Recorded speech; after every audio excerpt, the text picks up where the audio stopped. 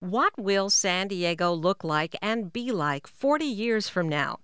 Our elected officials come up with regional maps and transportation plans, but what do you want for San Diego's future? Is education important to you? Infrastructure, rail service, wireless access? What's your priority? It might take you a while to figure that one out because it's not often that anyone asks for our opinions about the future, but right now a series of workshops is designed for just that purpose. The organization is called Our Greater San Diego Vision. They want to know what San Diegans want most. I'd like to introduce my guests. Peter McCracken is a member of the steering committee for Our Greater San Diego Vision. Peter, hello. Thank you, Maureen, for having me here. And Xavier Lenyon is community ambassador for Our Greater San Diego Vision. Xavier, welcome. Thank you for having me. Now, we invite our listeners to join the conversation. What do you want to see in San Diego's future? If you have an idea, give us a call. Our number is 1-888-895-5727 or tweet your comment at KPBS Midday.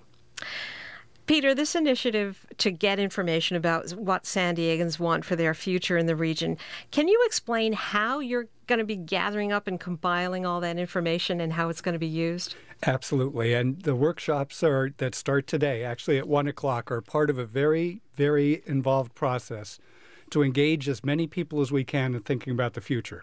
The process began 2 years ago when we hired the experts to guide us. They did the research to figure out what are the values of people in San Diego, what's important, what are we concerned about, what do we love. We used the values research to develop 4 tracks that we're looking at: education, jobs, infrastructure, housing, transportation, and so on, and culture and community amenities. What are the things we love, from museums to beaches to parks? We are now taking that information into the workshops. We want people to come in and really get into facilitated discussions, start mapping out where things will be in the future and see what that feels like. All of that will be taken to develop a vision that we hope will drive decision-making in perpetuity. Now, Xavier, I know that you're a community ambassador for this project. What does that mean? That means that there are actually over 100 community ambassadors in this process, and what we do is, after the task force gathered the information, and they present some options to us as to what our San Diego should look like in the future.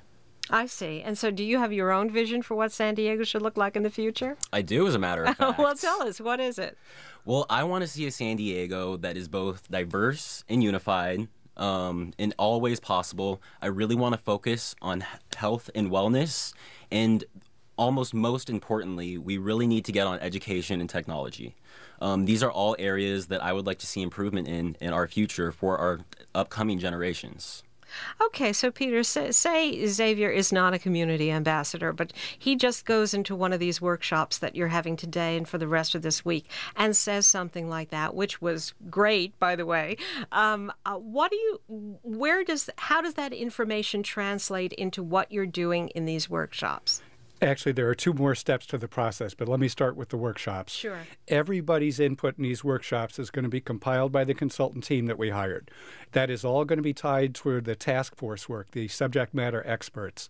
All of this is going to be used to create a menu of options for the future from what we have heard from people, and say, do you want 1 from column A, 2 from column B? Here's what the future will look like. In November, people are going to be able to go in and make the choices between the menu of options for the future and say, this is what I want. I want these priorities this way, the future to look like this.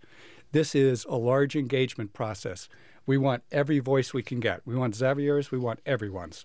I want to invite our listeners once again to participate. If you have a vision for San Diego, something you'd really like to see either preserved or come into fruition in San Diego in the next 40 years, give us a call and tell us about it. 1-888-895-5727. My guests are Peter McCracken. He is a member of the steering committee of Our Greater San Diego Vision, and Xavier Lenyon is community ambassador, one of them for Our Greater San Diego Vision. And Peter, I wonder, has any other community done anything like this? Yes, absolutely, Maureen. One of the things that we did was study regional visioning in other communities around the country. The consultant who is leading our team is Robert Groh. He did Envision Utah starting 14 years ago. He has done the same process in Central Florida, Northern Michigan. Other efforts have been done in Seattle, Vancouver, Chicago, New York, Portland. We have tried to collect as many of these and look at them and determine best practices so that we can apply those to our process. Did anything happen, let's say, in the Utah Vision? Did people come up with anything that surprised people? Well, I would say yes. Okay. As Robert Groh will tell you, the people of Utah, primarily Salt Lake City, voted twice for taxes for light rail. Now, you would suspect that people would not vote to tax themselves for pretty much anything, but that was because the vision showed that light rail transit was a part of the solution. In Seattle, they changed the amount of new housing development that was inside or outside the metropolitan core. Seattle was sprawling. They did a visioning exercise and realized that that was not going to work for the future. So now most of the housing growth is within the metropolitan core. I see. Those are the kinds of changes that you see when you look far enough ahead to say, we need to go in this direction to get there.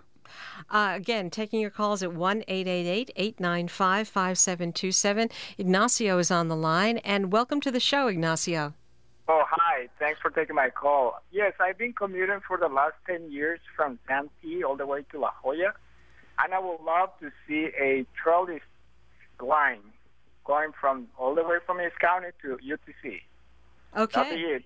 Thank you. Thank you so much for the call. So suppose people say they want to see fewer cars on the freeways in San Diego. We've gotten a lot of calls about people who would like to see alternative transportation and actually alternative vehicles on our roads. What happens to an idea like that if it comes up in a workshop? Peter. Well, let me tell you about the research we did, Yeah. asking 1,000 San Diegans about things last year. The top issues affecting quality of life, the third issue from the top is traffic congestion and lack of transit. That's today. Now, you add 1.3 million more people 40 years from now, and think about what the problem is going to be. It's not an issue of less cars. It's dealing with the growth, and are we going to have enough freeways? And if we don't, how are we going to get around? Is transit the answer? Not for me to say. It's for all of us collectively to say. There are trade-offs to transit, trade-offs to cars, trade-offs to population growth, trade-offs to constraining population growth. Let's take another call. Jason is calling from San Diego. Hi, Jason, and welcome to the show. Hi there. I just wanted to add a quick comment on what I've been hearing in terms of just the long-range planning, specifically around technology. I actually run a technology company in San Francisco, but I live down here in San Diego. Mm-hmm. And I think that it's actually a real golden opportunity right now and for the next 20 years if the Planning Commission takes into account how to incentivize technology companies to set up shop down in San Diego and then create new jobs. Because right now in the Bay Area, it's awful for me to hire engineers. The traffic is beyond worse than San Diego. But I look at San Diego and I say, wow, educated workforce. However, there's just not enough of a critical mass of jobs or trained, software professionals that I can say, okay, I'm going to move my company down here and take advantage of all the wonderful opportunities. If there were incentives for me to do so, I think, there would be a host of people from all around the country coming down here, setting up shop, and then really creating, new innovative jobs, which is, I think, the real driver of any change for the future of this community. Hey, thank you so much for the call. That's a really thought-out idea. And Alicia is calling from San Diego. Hi, Alicia. Yeah, hi. I was wondering if there is a way for the public to submit comments aside from attending one of the workshops. Yes, absolutely. You can right now today go to ourgreatersandiegovision.org, or to make it easier, ogsdv.org, and you can sign up on Facebook, Twitter, and put your name down to be informed of things as they develop. On the workshops that'll be going on this week, we have a separate website just to register for those, and that is showyourlovesd.org. showyourlovesd.org. And we also have a link on our website, kpbs.org, for people who are looking around and trying to submit their ideas to your organization. Xavier, I wonder, why was it important for you to become involved in this initiative? It was important for a number of different reasons for me. First of all, it's important. I'm 25 years old. I'm in the younger generation now, and I really believe that I am one of the people that will benefit from an initiative like this. Not only that, I also work in real estate, which is very closely related to what we're trying to plan out. And I know that over the course of the next 40 years, we're going to need 400,000 new homes built just to support the upcoming population. You know, you can just hear it in people's voices. There's a lot of energy involved in this when people start to think about the fact that they can create the future for San Diego. But Peter, I'm wondering, do you take on any of the hard issues, like how are we going to pay for this? That will come. That will absolutely come. So first, what we do is we set the framework. What are the pillars for tomorrow, the values, the priorities? Then you start figuring out what are the steps, what is the actionable plan to get there. Then you're going to get into who pays for it, what are the environmental constraints, what are the entities that need to come together to do this. The vision is just the starting point. It's just the framework. Once it's completed, it'll be given to the Center for Civic Engagement at the San Diego Foundation that will convene the various entities and forces to make things happen and cost them out and pay for them. Juan is calling us from Bakersfield. Hi, Juan. Oh, yes. Thank you for taking my call. I just want to make a comment about adding more bicycle lanes to access the beach areas.